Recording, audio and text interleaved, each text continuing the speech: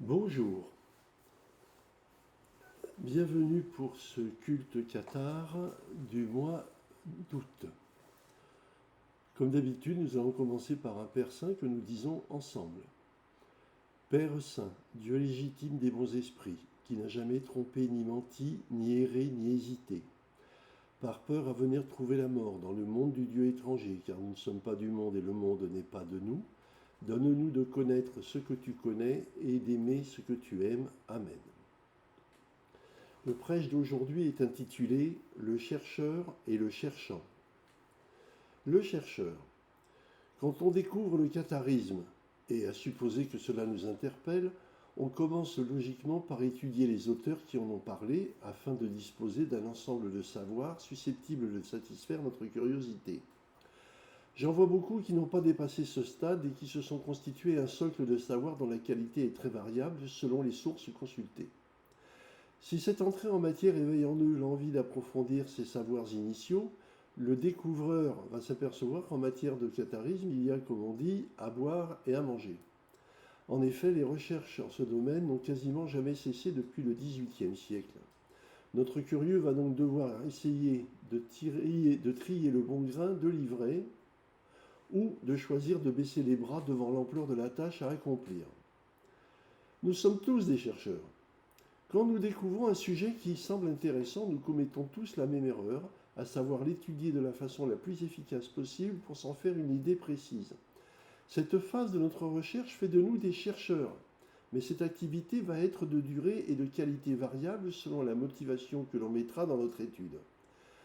Si nous avons la chance de trouver de bons auteurs et de bonnes sources de travail, de recherche, peut devenir un but en soi, afin de nous offrir une vision complète et approfondie du sujet que nous étudions. Dans d'autres cas, la plupart vont se contenter d'une recherche superficielle basée sur quelques éléments trouvés ici et là, et s'arrêteront assez vite devant l'ampleur du travail à accomplir, se contentant de disposer d'un savoir superficiel, un vernis de culture, qui leur permettra de briller dans les salons et de faire illusion. Pour ceux que la recherche n'effraie pas, l'étude va continuer, s'approfondir, se confronter à des problématiques nécessitant des analyses fines et des échanges entre chercheurs. C'est ce que nous observons tous les jours dans tous les domaines de la science, qu'elle soit humaine ou physique et mathématique. Mais si le domaine de recherche laisse entrouverte une porte vers un inconnu, deux solutions s'offrent aux chercheurs. Rester dans le domaine de la recherche scientifique en évitant d'entrer dans un domaine pour lequel il ne dispose pas des mêmes balises que celles qu'il utilise au quotidien, ou entrouvrir cette porte au risque de découvrir un domaine dans lequel il n'est plus un chercheur mais un enfant ouvrant pour la première fois ses yeux sur le monde. S'il choisit cette seconde voie, il va découvrir des choses qui ne relèvent plus de la science mais de l'intuition, voire de la spiritualité. Ce domaine n'a plus pour but l'acquisition de savoir mais l'accès à la connaissance. La connaissance pourrait être définie comme un ensemble constitué de savoir et de foi. Là où le chercheur s'appuie sur des documents et sur des preuves, le cherchant, terme que j'utilise pour cherchant Dieu, va s'appuyer sur sa foi, c'est-à-dire sur une certitude qui n'a plus besoin d'autres preuves que celles que lui fournissent l'intuition, la logique et le désir de trouver Dieu. Le catharisme, domaine des chercheurs et des cherchants. Le catharisme fait partie de ces domaines de recherche qui proposent effectivement deux voies d'avancement. L'une strictement scientifique, basée sur des recherches de textes, des analyses, des exégèses, de tentatives de reconstitution de documents largement altérés en raison du caractère qualifié d'hérétique de cette religion.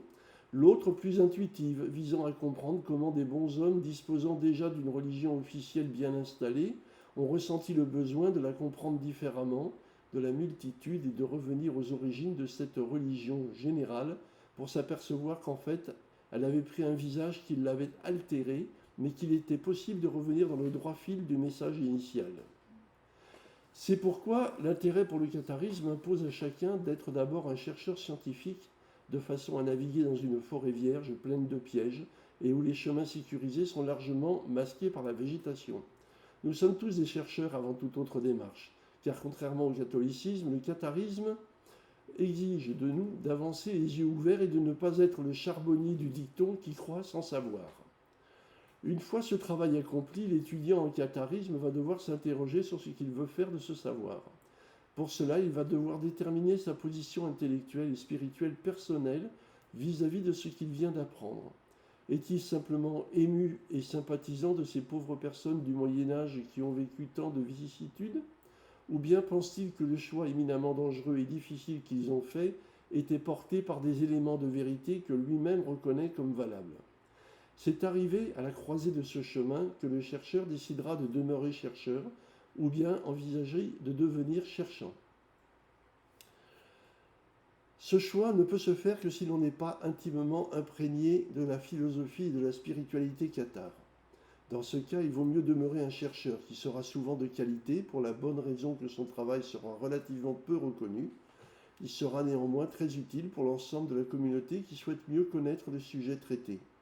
Mais si sa recherche éveille en lui un sentiment d'adhésion spirituelle au sujet étudié, il va alors comprendre qu'il est difficile, voire impossible, d'être à la fois un chercheur de fond et un cherchant Dieu, car cette dernière activité demande beaucoup de temps et d'investissement, ce qui réduit d'autant les capacités d'étudier les sources, les documents et de faire toutes les analyses que demande la recherche scientifique.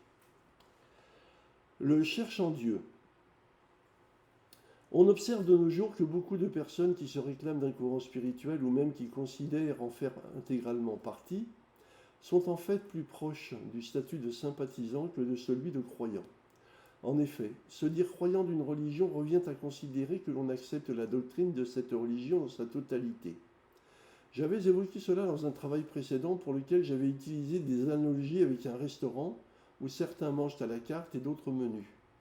Le croyant mange au menu alors que le spirituel non fixé sur une doctrine précise mangera à la carte en choisissant les éléments doctrinaux qui lui semblent convenir à sa vision des choses.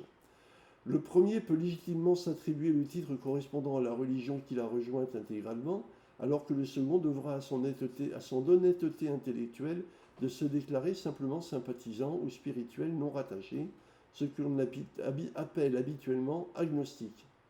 Le catharisme est un christianisme authentique.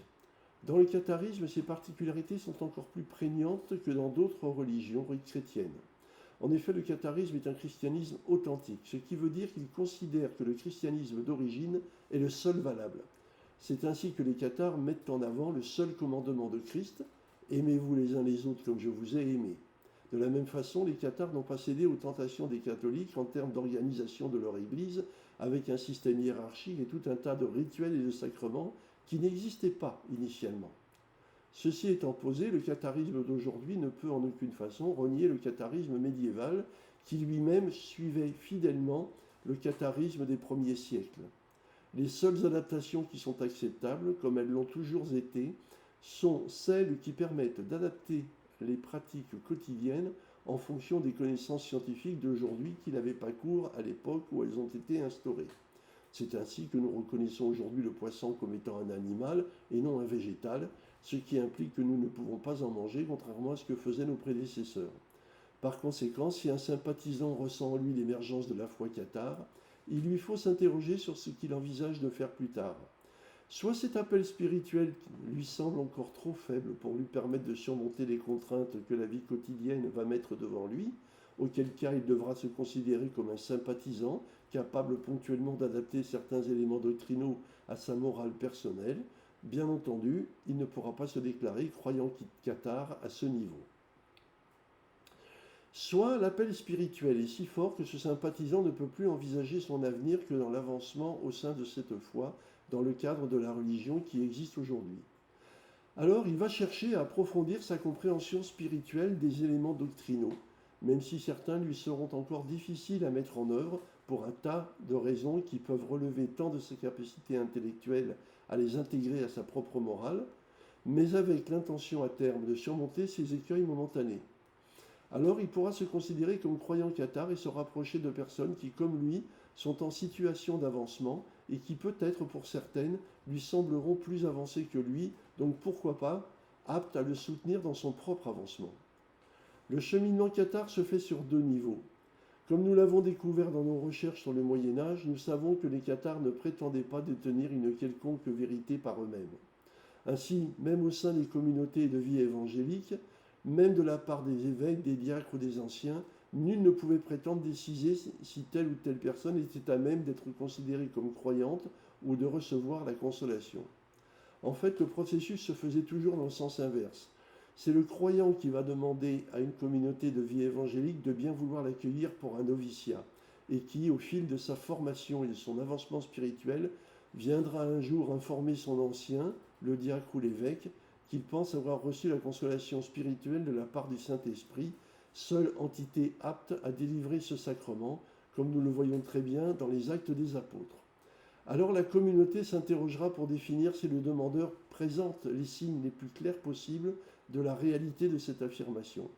S'il semble vraisemblable que cette affirmation est fondée, la communauté organisera la cérémonie mondaine de consolation, dont nous avons un exemple écrit dans le Nouveau Testament cathare. En cas de doute, la communauté échangera avec l'impétrant pour lui montrer les points qui lui semblent rendre discutable son affirmation, car il est très difficile de définir avec précision ce que l'on ressent spirituellement et que l'on ne peut exprimer qu'intellectuellement. Ainsi, contrairement à ce que la plupart des historiens pensaient valable, ce ne sont pas les cérémonies organisées dans ce monde qui définissent l'état spirituel d'un croyant cathare. Elles constituent davantage des jalons que l'Église cathare met en avant aux yeux de la population sympathisante et croyante, de façon à organiser la communauté ecclésiale dans sa vie quotidienne. Nous ne manquons pas d'exemples dans la littérature disponible qui montrent que ces décisions ont parfois donné lieu à des erreurs par lesquelles des consolés cathares se sont avérés plus tard n'être même pas des croyants, puisqu'ils ont abandonné l'Église au profit de celle des catholiques, et certains ont même participé à la persécution de l'Église cathare pour prouver leur fermeté dans la nouvelle spiritualité qu'ils venaient de rejoindre. La porte étroite. Comment expliquer que certaines personnes de bonne foi se considèrent comme des croyants, voire comme des consolés, alors même qu'elles sont bien loin d'avoir intégré les éléments doctrinaux et pratiques que cela semble logiquement nécessiter? La raison tient à une explication simple. Le passage de l'état de sympathisant à celui de croyant ouvre à la personne concernée une porte qui lui permet d'entrevoir l'autre côté du miroir. J'ai souvent cité comme exemple moderne pour illustrer ce phénomène le film Matrix, dont le héros principal va tout à coup découvrir qu'il existe un autre monde totalement ignoré qui révèle l'immense supercherie dont l'humanité est victime. J'ai aussi essayé de présenter cela en comparant le cheminement intellectuel et spirituel des hommes avec l'évolution de la vie humaine, de l'enfance à l'âge adulte. Certains sympathisants, comme des adolescents, pensent avoir découvert ce que les adultes maîtrisent, mais en vérité, ils n'en savent rien, car seuls les adultes peuvent savoir ce que pense un adolescent, alors que l'inverse est faux.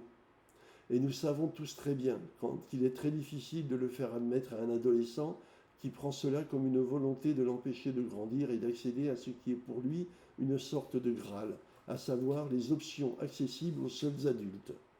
Il n'est donc pas étonnant de voir aujourd'hui des individus ou des groupes se constituer autour d'une vision erronée du catharisme, au simple motif qu'ils pensent en savoir assez pour aller plus loin, mais sans se rendre compte que ce raisonnement erroné va lui mener forcément vers un cheminement faussé qui risque au contraire de les éloigner durablement de la voie cathare. Le cheminement cathare ne repose sur aucun élément mondain, que ce soit l'ancienneté, la maîtrise intellectuelle, la bonne volonté ou les témoignages d'amis qui, pensant vous rendre service, vous poussent encore plus sûrement vers l'erreur.